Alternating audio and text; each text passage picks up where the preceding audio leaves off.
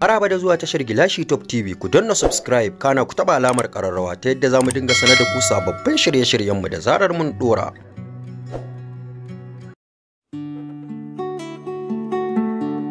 Tirkashi, Ganduje ya dakatar da Abduljabbar Daga Yin Karatu a ko'ina a Jihar Kano. Majalisar Zartarwar Jihar Kano ƙarƙashin jagorancin mai girma gwamnan Jihar Kano Dr. Abdullahi Umar Ganduje ta haramta wa fitaccen malamin addinin Islam Sheikh Abduljabbar Sheikh Nasiru Kabara yin wa'azi a dukkan fadin jihar Kano.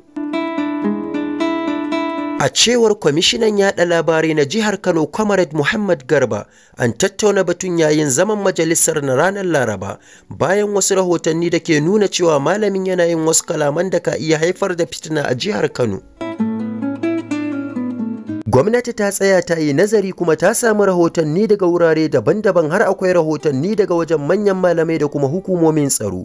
Dalilin da ya sa jami'an tsaro suka sanya kwamiti na musamman don duba irin waɗannan kalamai da malamin yake yi.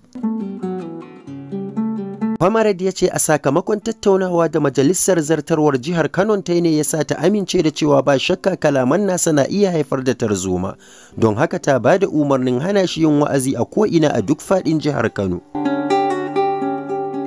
Matakan da aka ɗauka akan Abduljabbar sun haɗar da rufe masallacinsa da ke unguwar Filin Mushe da ke ƙaramar hukumar Gwale, da kuma hana shi yin wa'azi ko huɗuba a ko'ina a faɗin Kano. Kazalika an shawarci malamin da ya guji yin kalaman tashin hankali a ko'ina, ciki har da kafafen sada zumunta da ake yaɗa wa'azinsa har zuwa lokacin da hukumomi za su kammala bincike. Gwamnati ta buƙaci kafafen yaɗa labarai a jihar da su kauce wa sanya wa'azinsa, tana mai cewa yin hakan na iya haifar da tashin hankali.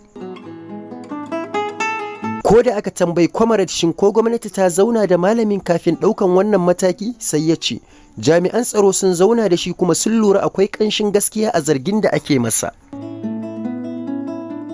Kwamishinan yaɗa labaran ya kuma ƙaryata cewa matakin da aka ɗauka yana da alaƙa da siyasa, musamman ga masu ganin cewa akwai wata ƙasa tsakaninsa da kuma gwamnatin jihar Kano. Kada ku manta ku danna mana subscribe kana ku taɓa alamar ƙararrawar sanarwa ta yadda za mu dinga sanar da ku sababbin shirye-shiryenmu da zarar mun ɗora.